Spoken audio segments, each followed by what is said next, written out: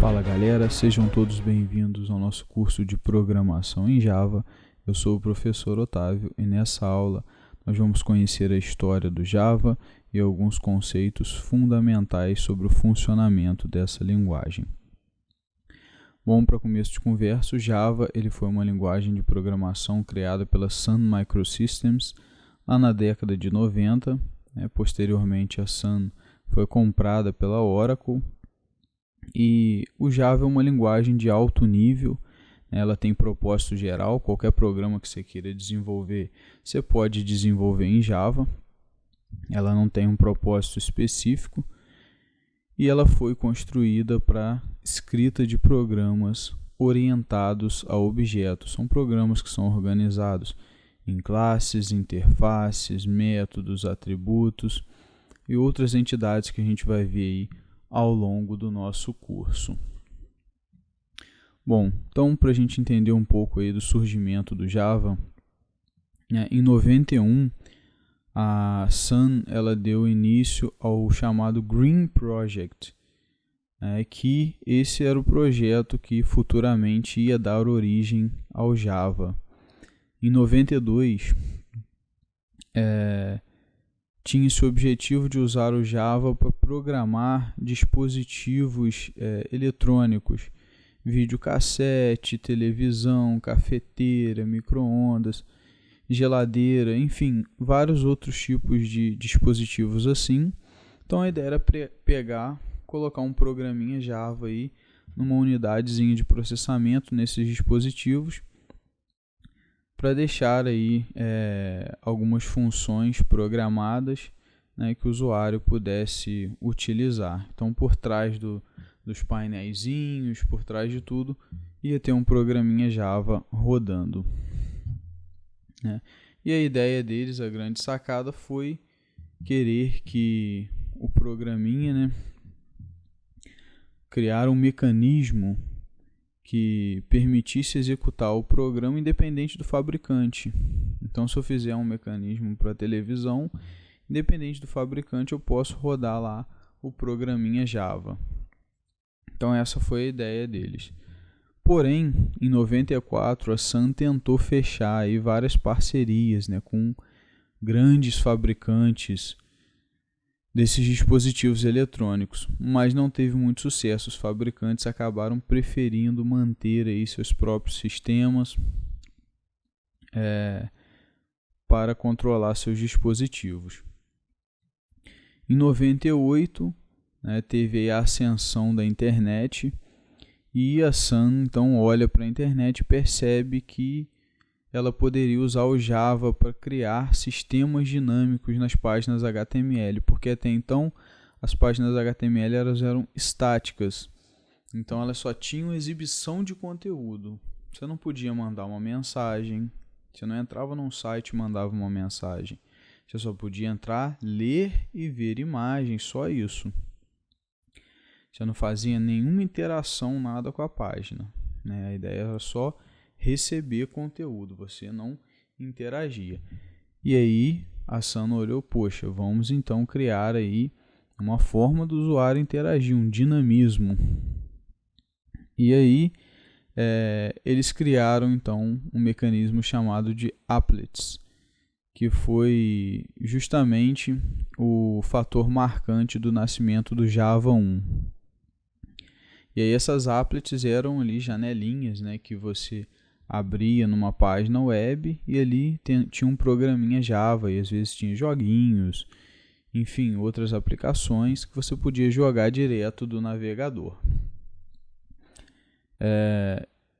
Bom, em 99 surgiu o Java EE, que é uma versão do Java que permite o desenvolvimento de aplicações web.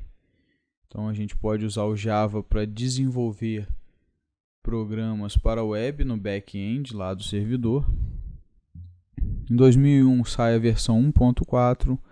Em 2005 veio a versão 5 do Java, né, que tinha recursos de programação genérica e anotações. Em 2007 veio o Java 6, né, que veio com uma série de melhorias na linguagem, que tornou a linguagem mais rápida, teve melhor performance. E aí, a partir dessa versão, o Java emplacou. Então, até a versão 5, né, a coisa estava caminhando, mas estava lento ainda. Na versão 6, com a lentidão resolvida, com tudo bem mais rápido, dinâmico, a linguagem Java emplacou no mercado. Aí em 2011, né, saiu o Java 7, que teve suporte à reflexão. Em 2014, a gente teve o Java 8, que saiu com suporte a lambdas e clausuras. E teve também, né, o recurso de string. Em 2017, a gente teve a versão 9 da linguagem, né, que teve um projeto, né, de modularização do pacote de desenvolvimento do Java, né, e veio também o JShell, que é um processador de comandos, né, um shell de comandos, que você pode dar comando Java, né? Então você pode dar comando Java e ele vai interpretando. Você não precisa criar o programa, mandar compilar para você ter um resultado. Não, você pode processar comandos ali em linha de comando em tempo real. Em 2018 a gente teve a versão 10, né, que teve o suporte à inferência de variáveis locais e algumas alterações aí na parte de coleção de lixo, né, coleta de lixo. Em 2018 também a gente teve o lançamento da versão 11, que teve suporte a anotações de tipo em expressões lambda, para inferir e padronizar aí alguns conceitos no HTTP. Em 2019 foi lançada a versão 12, que teve os métodos indent e transform para string e teve novos recursos na estrutura do switch no Java. Então assim, galera, aqui esses marcos que eu apresentei da história, né, foi um apanhado geral, as principais coisas. Não se assustem, não entendi muita coisa que você falou, o que é lambda, o que é clausura. Não se preocupa, não tem importância, né? Isso foi só para mencionar. Quem já conhece, beleza. Agora, quem não conhece, não há problema nenhum. Isso é só para pontuar aí a evolução da linguagem. Muitos desses conceitos a gente ainda vai estudar no curso, então relaxem, porque não é necessário saber disso tudo agora. Bom, agora eu vou explicar para vocês como que é mais ou menos o funcionamento da linguagem Java. Diferentemente da linguagem C, por exemplo, de algumas outras linguagens, a linguagem Java ela tem uma compilação para uma máquina virtual. Então, como que é essa história? Nós temos dois tipos de compilação.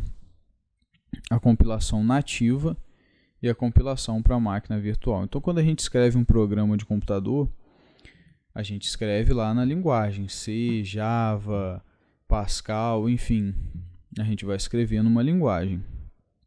Só que o computador, na verdade, ele não entende essa linguagem. Então, a gente precisa converter aquilo para um código binário que vai ser entendido pelo sistema operacional do computador. E aí, linguagens como C, Pascal, Basic, Fortran, COBOL, o que acontece? Você faz o programa na linguagem e manda compilar. O programa vai compilar e no final ele gera um executável, né, um arquivo binário para o sistema operacional que você está usando. Então, se você estiver usando o Windows, ele vai gerar um binário para o Windows. Se você tiver com as versões para Linux, ele vai gerar o binário para Linux. Então, essa é a forma, né, que essas linguagens fazem. Só que, logicamente, se você gerou um binário para um Windows, esse binário não vai funcionar no Linux e vice-versa. Então não adianta você pegar, eu compilei o programa aqui, vou levar lá na casa de um colega meu, ele tem Linux, vamos rodar lá de boa. Não vai, porque isso se chama compilação nativa. Você gera um binário que vai ser executado no sistema operacional. O binário é nativo do sistema operacional, ele é próprio do sistema operacional. Então a gente tem essas questões de incompatibilidade. Para poder fazer essa questão vou pegar um programa que eu compilei para o Windows, quero rodar no Linux. De repente vai ter que ser feita aí alterações, né, consideráveis para você conseguir fazer isso. Já no caso do Java, ele não faz isso. Qual a ideia dele? Ele gera um binário, só que não é um binário, né? Na verdade nem é chamado de binário, a gente chama de bytecode, né? Ele não gera um binário para o sistema operacional. O que ele gera é um bytecode para uma máquina virtual, né? Geralmente a gente fala da máquina virtual Java, JVM. Então, quando vocês ouvirem JVM, lembrem-se que se trata da máquina virtual Java. Então, qual a ideia da máquina virtual? A gente tem o nosso sistema operacional numa camada e a gente tem em cima do sistema operacional a máquina virtual Java, que é um outro software, é um outro programa. Pense como se fosse um outro sistema aí, que troca informações com o sistema operacional. Então, o seu programa, na verdade, ele gera, né, um código, um binário, por assim dizer, para a máquina virtual que está em cima do sistema operacional e não para o sistema operacional em si. E qual a vantagem disso, né? E aí? Porque o que acontece? A gente tem o Windows, máquina virtual Java, JVM, e a gente compila o programa Java e manda rodar na máquina virtual. Beleza. A máquina virtual que vai trocar informações com SO e vai executar o programa. Aí a gente pega o Linux. Tem o Linux, a máquina virtual JVM aqui, a versão para Linux, e a gente gera o programa e executa na máquina virtual. Nesse caso, como a gente está fazendo um programa para a máquina virtual e não para o Windows ou Linux, a gente pode pegar o mesmo programa e rodar nos dois. E aí a gente tem essa portabilidade de sistema operacional. Eu posso pegar um programinha, rodei no Windows, posso levar lá no Linux e rodar, porque na verdade ele não está rodando diretamente no sistema operacional. Ele está rodando nessa máquina virtual Java que fica ali como um computador virtual rodando em cima do sistema operacional. E é essa máquina que vai pegar e interpretar o código que você gerou, né, o código compilado que você gerou para ela. Então essa é a grande vantagem, né, dessa questão da portabilidade. Esse esquema que vocês podem acompanhar aí na tela, ele está mostrando aí a diferença entre as duas compilações. Né, na compilação nativa, vocês reparem aí que a gente tem o código fonte, depois a gente vai lá para a compilação, gera o binário, e o binário é enviado ao sistema operacional, e aí o sistema operacional executa, né, e fica o programa em execução. Já na compilação para a máquina virtual, a gente tem o código fonte, que é o nosso programa na linguagem, manda para a compilação gera um bytecode, o bytecode é mandado para a máquina virtual e ele fica executando em cima da máquina virtual, trocando informações na máquina virtual. E a máquina virtual, por sua vez, traduz essas informações para que o sistema operacional execute isso.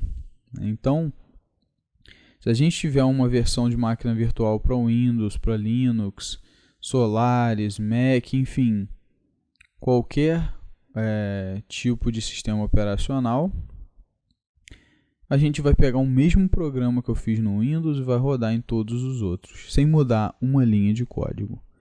Então, essa aí é a diferença, né, entre compilação nativa e compilação para máquina virtual. Um último conceito que eu gostaria de apresentar a vocês é o de hotspot e JIT. O que acontece? esses foram aí os responsáveis pelo aumento significativo da velocidade nos programas Java. Esse hotspot, a ideia dele é detectar as partes que a gente chama de trechos quentes, né? Ou seja, as partes do programa Java que são executadas muitas vezes, né, durante a execução do programa. Esses fragmentos de código são executados muito mais vezes que os demais.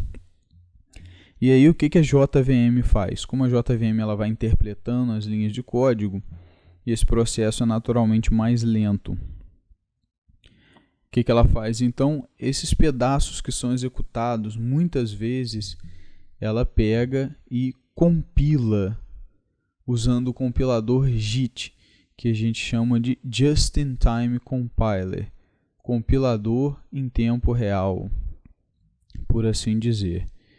Então, essa estratégia, né, permite otimizar muito os programas ganham muito mais velocidade. Bom, galera, então a nossa aula vai ficando por aqui. Eu espero que vocês tenham entendido aí todos os conceitos que a gente apresentou, né, entendido aí os grandes marcos da história do Java. Não se preocupem se não entender um conceito ou outro, a gente vai ver esses conceitos, então relaxem. Nas próximas aulas a gente vai de fato aprender a programar, começar a escrever nossos programas e dar aí o pontapé inicial. Um grande abraço a todos e até a próxima.